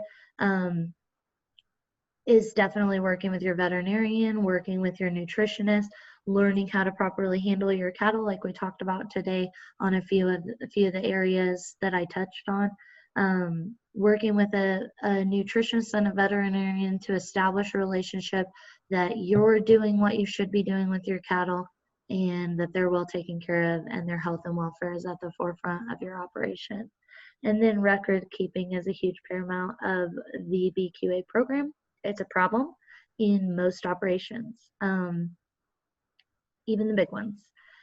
The big ones have huge software, big powerful software that allows them to document things easier. Just because it's documented doesn't mean a human looked at it and said that's correct. So just because their software allows them to look up the treatments and make sure that cattle are eligible for harvest doesn't mean that a human didn't look at that report and go, looks good, and there was actually an animal in there that was not eligible for harvest. So don't think that because you run a small operation or you have 30 cows as a hobby farm, just as you're tied to the beef industry, that you can't do a good job of record keeping. A stenopad is good record keeping if you manage it correctly. So if you keep your treatments, if you keep your weaning dates, your vaccination dates, things like that in that stenopad, you don't need anything fancy. Excel works really good. There's some great software programs out there that you can look at. There's some really neat apps that are available as well. I don't want to get to the end of my talk without expressing some gratitude towards some people. I've had the fortunate ability to have several mentors that have really invested a lot of time, energy, shared knowledge, and shared passion with me as a young student and as a young colleague. Giving a talk like this in BQA, animal handling, these kind of topics, I would have to bring up Dr. Dan Thompson, my master professor, and Dr. Dave Seklosha, who was my boss while I was at Cattle Empire. These two people worked really hard to share their knowledge and experience in the beef industry with me, and without them, I wouldn't be where I'm at today. And so I always want to give thanks to them when I have the opportunity to do so. Programs like the Beef Quality Assurance are not free. They're not cheap. They're not ran on dust. They definitely take money. They take time. They take people being dedicated to the vision. And these programs are often, I am fully funded by beef checkoff dollars. So you as producers, thank you. Thank you for these programs. Thank you for being members of these organizations. Thank you for promoting them, participating in them, and putting them to work. Call me if you need help putting them to work in your operation, because it's something that I enjoy doing, but these programs don't exist without significant investment, and I think they pay dividends for our industry in maintaining our social license to operate with our consumer. And then conferences like these, when they're in person, do not just happen overnight. You can imagine all of us were very excited to be in Dodge City this summer.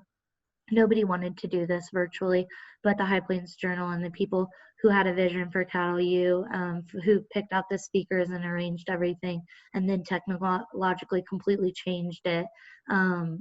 They need to have our hats taken off for them, because for us to be able to get this information at our fingertips is really cool, and it's really important for us to be better beef producers, and I think they deserve our thanks today.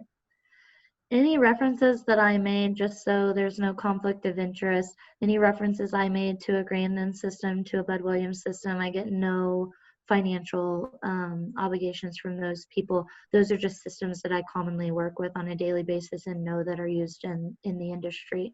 The Beef Quality Assurance website, stockmanship.com, grandin.com, those are great places to get more information. I touched the very brim of what these people have spent their entire life studying and putting to work. So please don't think that, hey, I don't feel like I got a good enough dive into the flight zone.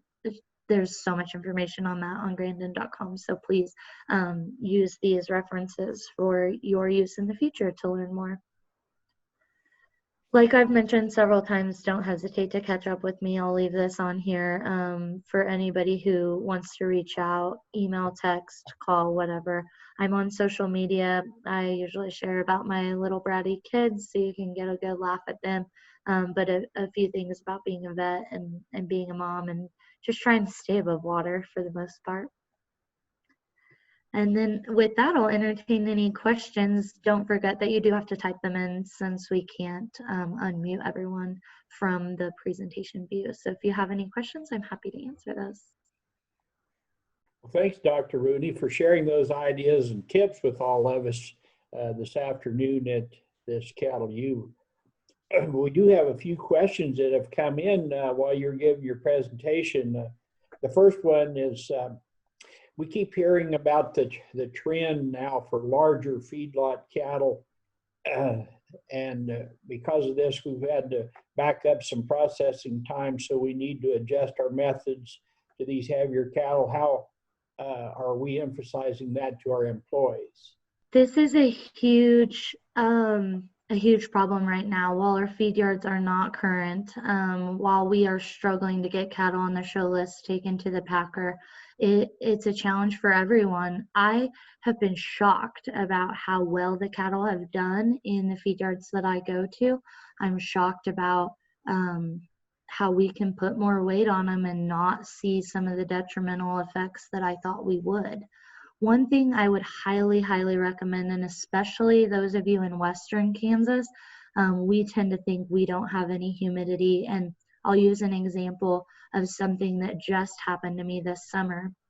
When these cattle are held 100 days longer than we thought they should have been, than we would have typically marketed them, we have to be really careful. If you have cattle that are due for reimplant and they're your bigger black-hided cattle, do not let them go through the processing barn at a very high speed, and don't let them go through very late in the morning. And I say morning because I used to say afternoon. And this summer, if it hasn't proven to some of you feed yard guys, we got a lot more humidity in Southwest Kansas than we've ever been used to. The Great Bend area in Eastern Kansas is probably laughing at us, thinking, what humidity? You guys don't know what that is. But we can handle a certain amount of humidity because typically we have 40-mile-an-hour wind, or we have wind that moves the air around the cattle, and we don't struggle with heat stress. I saw significant heat stress loss in bigger cattle, longer days on feed than they should have had. 85 degrees is all it was, all the temperature got to that day. And it was because we had really high humidity, no wind speed. And so those are the times that I would really question, do we need to run these cattle through the barn? Do we need to do this today? Can we do this next week? Can we pick a day that has 40-mile-an-hour wind? Can we come in at 4 a.m. to do this?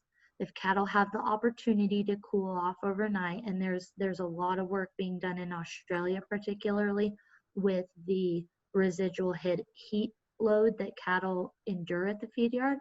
If cattle get a chance to cool off at night, they'll be fine. Most days out of the year in Southwest Kansas and in our feeding portion of Kansas or area of the country. And so if we can cool cattle down in any way, heat mitigation in any way, we will get a lot further. Any of these cattle that have particularly been COVID-19 affected that are sitting in our yards, I like to call them dinosaurs because they are really old at this point. We got to get them killed. These cattle, maybe we need to stage them closer to the loadout chute. We need to handle them very calmly before loading them out. Before we take them to the kill plant, we need to be really careful with them. And I know from the feed yard standpoint, we don't have a lot of say in what time the packer's going to take your cattle. A lot of times, well, especially at this point, you're like, whoever wants them, you can have them. And so whatever time of day that they're willing to come pick them up, we would like to see cattle that have been saved that we know are later days on feed than they should have. We'd like to see them go out to where they're not being handled in the heat of the day. The 2-3 o'clock gathering of cattle to come up to that, the loadout chute for that 3 o'clock shipment to Tyson, to National Beef, it's a killer. We've got to be really careful with that. We're seeing a lot of deads in the feed yards due to some odd things that, just different percentages. AIP is always a problem in the feed yard. Now we're seeing an increased amount of it, percentage-wise on the percentage of the population, just because we're holding cattle longer than we should. We know that this is hopefully short-lived, but don't think that we won't run into another round of this. We didn't think that 2020 would happen the way it is, and now I've told myself that nothing will surprise me. So definitely be on your toes, market your cattle as smart as you can, get them on a show list as soon as you can, because when it's tough, it's really tough on those cattle. And that's our fault, right? We've genetically created an amazing animal that produces more beef with less resources than it used to. Same set of lungs, same rumen, same heart. We didn't do anything to increase those important physiological systems. And so we kind of get what we've been dealt, and we have to be careful and cognitive of our effects on the cattle. So another question is, so we saw during the pandemic a rise in sourcing food from local farmers. The Facebook page Shop Kansas Farms, for example, has really brought consumers to the farm gate. How can we capitalize on that audience and to share how we're being responsible on our operations with the BQA principles? This is a great question, and what a neat opportunity that COVID has brought us. I'm typically an optimist, and so when I think about all of the challenges and all of the very bad things this pandemic has brought to our country and our industry, I can think of a few things that are the silver lining, and that is the family farmer providing food to their neighbors, to their friends, to the people on Facebook. And so what a great opportunity for us to tell our story. Don't be afraid to talk about the fact that you are BQA certified. Get BQA certified if you aren't, but talk about the principles of that program and why they make your food more safe and wholesome, why they make that an easier choice for a mom who might be browsing the Shop Kansas Farms on Facebook. She might be looking for a safe alternative to beef that's $7.99 a pound in the grocery store. It's tough to buy ground beef at that price, but it's a lot easier to buy a quarter of beef from the neighbor if you know that it's safely raised and raised in a manner that you would be proud to serve your family. So definitely don't be afraid to get out there, get on social media, talk about your family, talk about your product.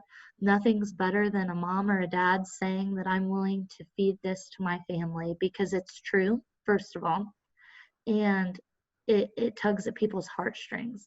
If you think it's safe for your kids, it's safe for their kids.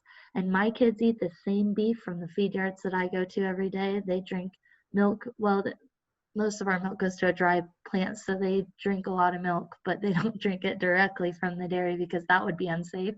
But they consume these products, and it's important that people believe that and that we walk the walk on that. One thing that's interesting to me is the backlog in our local packers, our local small butcher shops. If you could have gotten a beef slot, in April, I booked a couple for this summer, and I'm so thankful that I did, because we ran out of freezer beef this summer and I was able to get some in. I hear a lot around this area, you can't get a calf killed for an emergency, and you can't get one killed until June of 2021. So best of luck if you're trying to start that market. That's one huge thing to look into is what kind of capability at the packer level on those small butcher shops that is available, because in my experience it's just as backed up, and that's a great thing, because that means that a lot of people are capitalizing on that. And then I think it's really helpful and very important, myself included. I kind of have to go through the math and understand this, but people don't understand what a quarter of beef is. People don't understand what a half a beef is. So if you can do work in your community and in your audience on explaining what exactly that means, what exactly are they going to get? What could they get?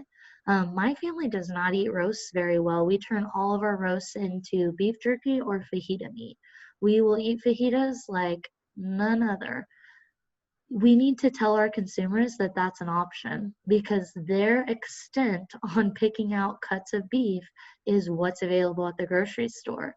If they're struggling with getting a steak that's medium rare, that they're not enjoying their steak cooking experience at home, tell them to cut their steaks thicker. Sometimes those steaks at the grocery store are simply too thin for some of these grills that people, high-powered grills that people are throwing these pricey cuts of beef on. And if we can do a better job of utilizing programs like the Beef Checkoff, kansasbeef.org they're putting out some phenomenal stuff. Get on NCBA, get on KLA. If you're a member, I know even if you're not a member, these are free resources that are checkoff funded, and they're available, and they were invested with your dollars as a producer. So it's important that we use them. And then I don't bring up, the fact that the BQA program is put on by the Kansas Beef Council. And so in general, those are the programs I tend towards. There might be other professional organizations that also have great opportunities online for this type of consumer outreach, but these are the ones I'm most comfortable with just because of my tie-in with the BQA program. I got one more, Dr. Rooney. It's doing assessments. What do you see more that needs worked upon? Facilities needing updated, or for better animal handling, or the human activities?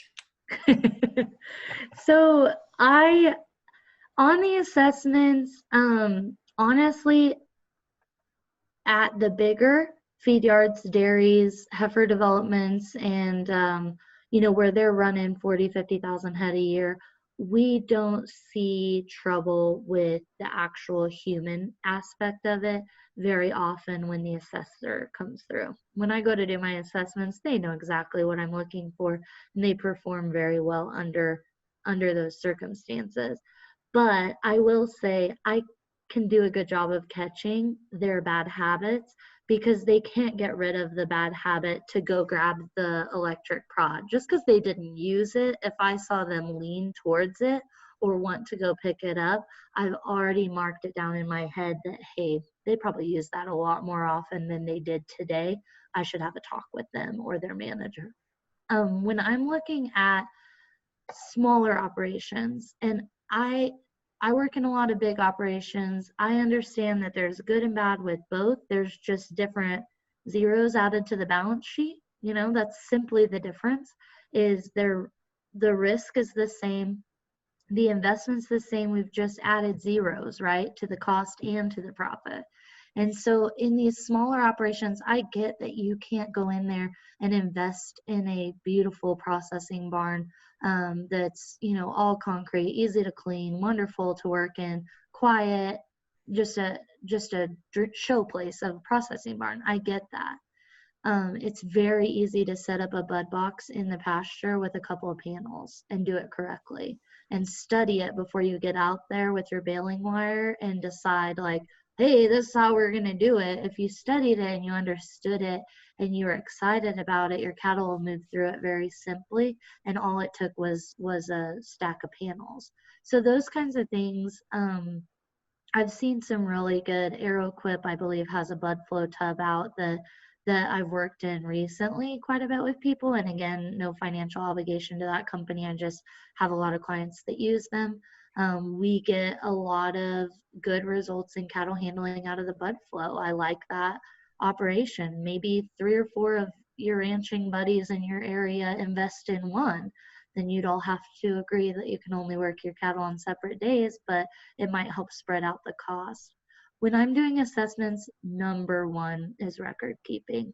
And so the majority of people, especially in Kansas, which is where I do the most of my work, Kansas and Eastern Colorado, majority of people are doing exactly what the BQA program is asking them to do. We just aren't writing it down.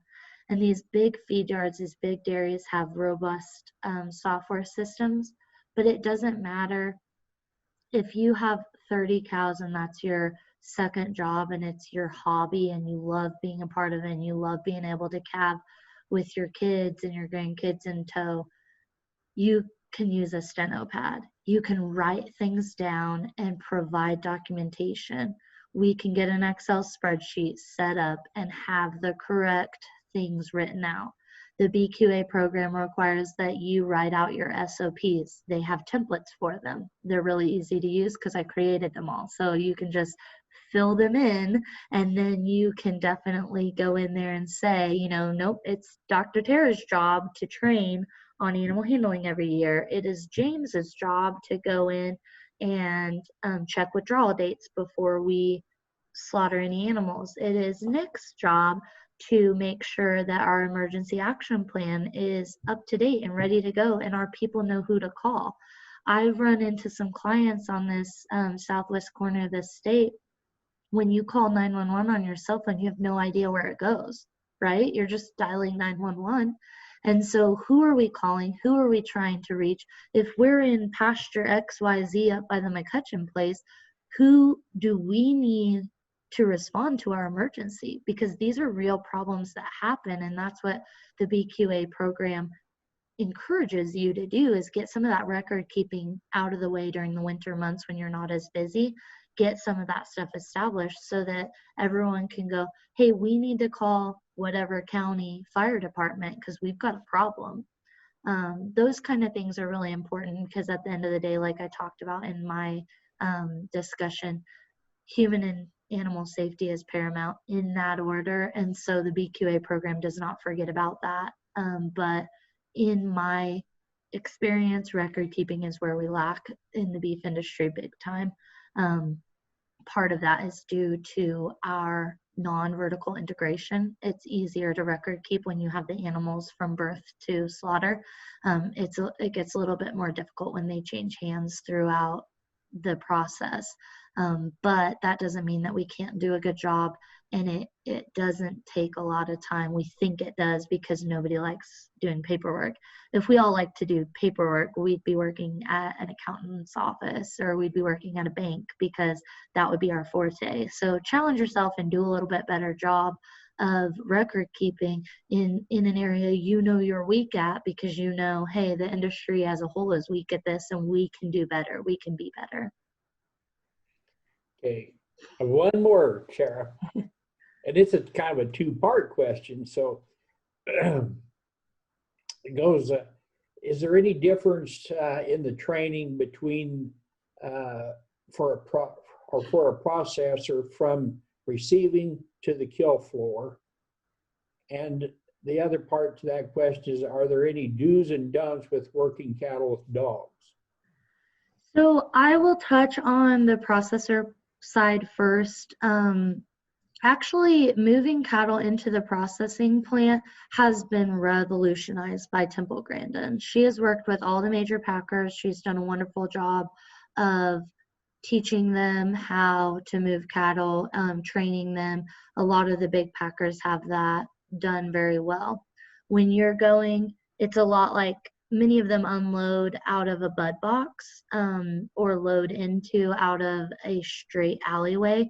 So it's a little bit different than our thought process of going getting a few cattle and then asking them to go stand in a race right before the shoot. And that is because we're asking them most of the time in the beef industry, we're asking them to do this multiple times, right? We're going to get them into that shoot during the fall, during the spring. We want them to know how to work. Even at the feed yard, we're getting them in there during the processing on arrival, and then we're going to re-implant them a couple of times.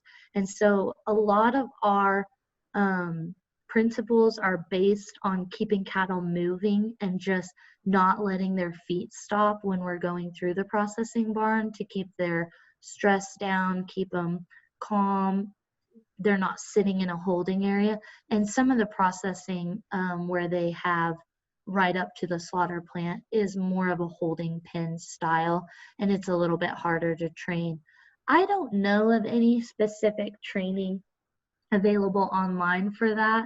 If I come across that, that sparks an interest for me. If I come across that, I can kind of try to get that back out to you. I can see who's asking that question.